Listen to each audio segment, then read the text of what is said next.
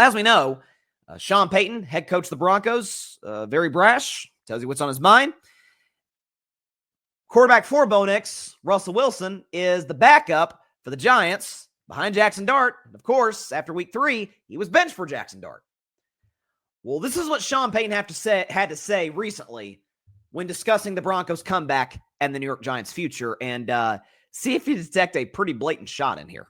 I have a ton of respect for that organization. I spent 4 of my early years there coordinating Super Bowl, first game in this stadium before 9/11, close with the mayor, Tisch family. And, you know, they found a little spark with that quarterback. I was talking to John Mayer not too long ago, and I said we were hoping that change would have happened long after our game. But anyway. Okay. So anyway, as he just threw a blatant shot at his former quarterback, Russell Wilson, who, and this is the part I could not believe until I actually went on Twitter, X, whatever it's called, and saw that, oh, this is a real tweet. This isn't AI nonsense. Russell Wilson on Twitter yesterday responding to Sean Payton. Russell Wilson, quote, classless, but not surprised. Didn't realize you're still bounty hunting 15 plus years later through the media. Laughing emoji, hashtag let's ride. Wow. that is for 90% of professional athletes. This is not a story. This is, oh, Sean Payton took a shot at insert quarterback's name. Oh, that was kind of messed up. All right, move on. Took a shot at Russell Wilson. We know he and Russ did not have the best relationship in Denver. Sean Payton often made it a point to chastise Russ either to the media or on the sideline. And there was obviously the ugly situation I remember talking about on the show when he benched Russell Wilson so the Broncos could save some money when they moved on from Russell Wilson. It was a disaster. They did not get along from the job. I mean, remember Sean Payton took the job and he's like, we're getting rid of Russell Wilson's office. It was a whole thing. So Russ, who has the moniker, the reputation of, nice guy. And by the way, I want to say this on the front end. When I'm going to say some of the negative things about Russ, and or it may come off as negative, I'm going to say, I think Russell's a really good, and I mean this, June, I think Russell's a really good human being. The part of the ironic part about him sending this tweet is that yesterday, Tuesday, he did what he has done on Tuesdays, on off days, his whole career. And that's visit sick kids in a children's hospital, whatever the closest children's hospital is to wherever he's playing. Seahawks for a long time, then Broncos, Steelers, and Giants. So Russell's he's man of the year winner. I think he's an exceptional human being. The knock on Russell has always been, feels a bit inauthentic. Forget the let's ride and all that. People say, oh, that's corny. Whatever. We've had corny athletes. But there's an element of, there would be games a couple of years ago or a few years ago when it might have been after the Broncos gave up 70 and lost to the Dolphins. Remember that game? Boy, that feels like an eternity ago for Miami. And Russell goes to the podium. And as soon as he used to end every press conference in Seattle, go Hawks, win or lose, go Hawks. And after, let's ride became, of course, we all remember the meme and all that became his new thing in Denver. And after a press conference, all right, thank you guys, let's ride. He said that all the time.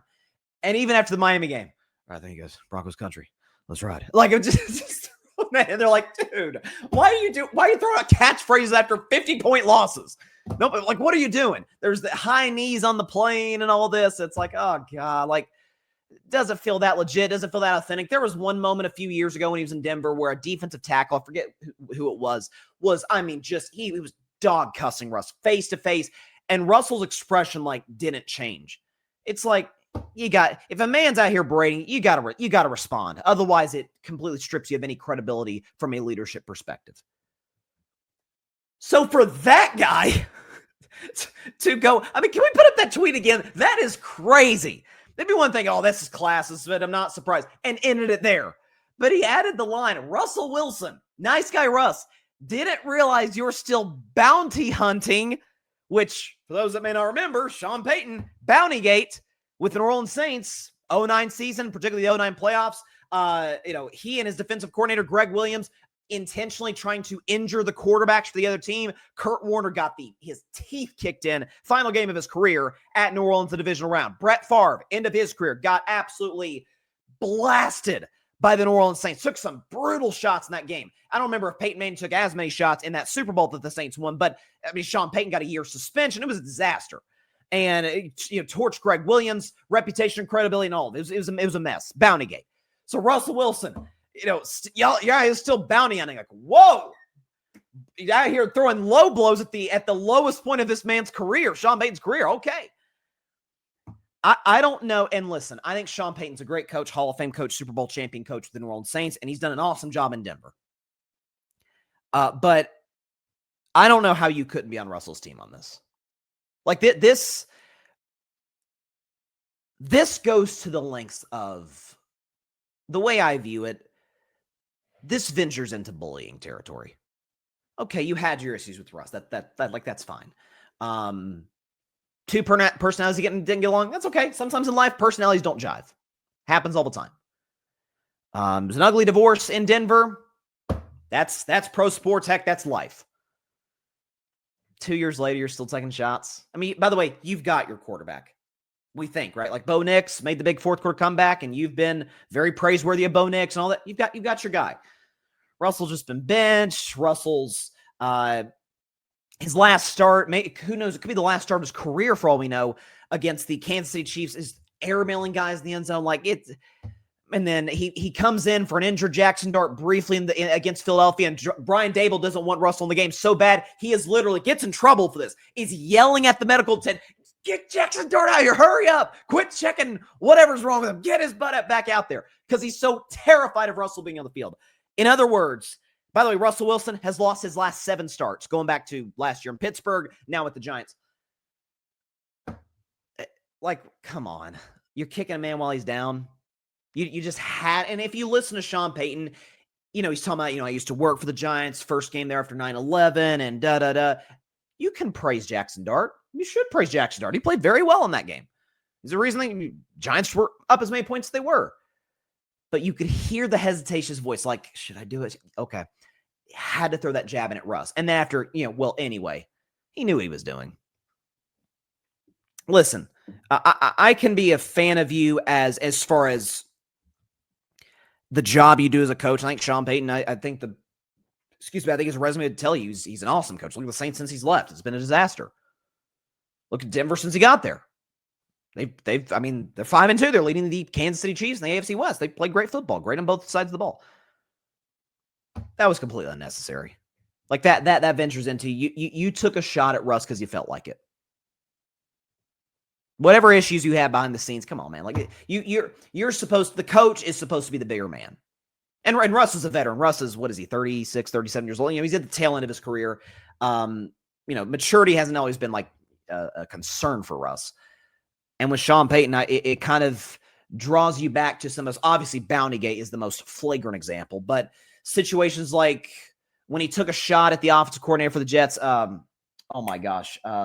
Nathaniel Hackett. Remember, Nathaniel Hackett was just an awful offensive coordinator with the Jets after he was fired as the head coach of the Broncos. Sean Payton was his successor, and he was taking all these shots. Nathaniel Hackett's awful, da-da-da. All of those things.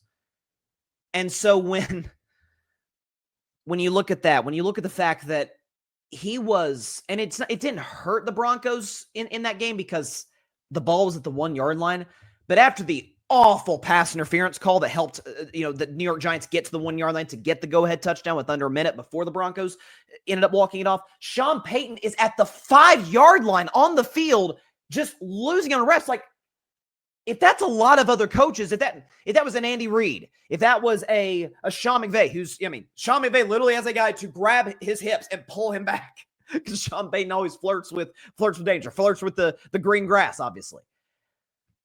A lot of we'd have crushed Kyle Shanahan if he did that. Name the coach.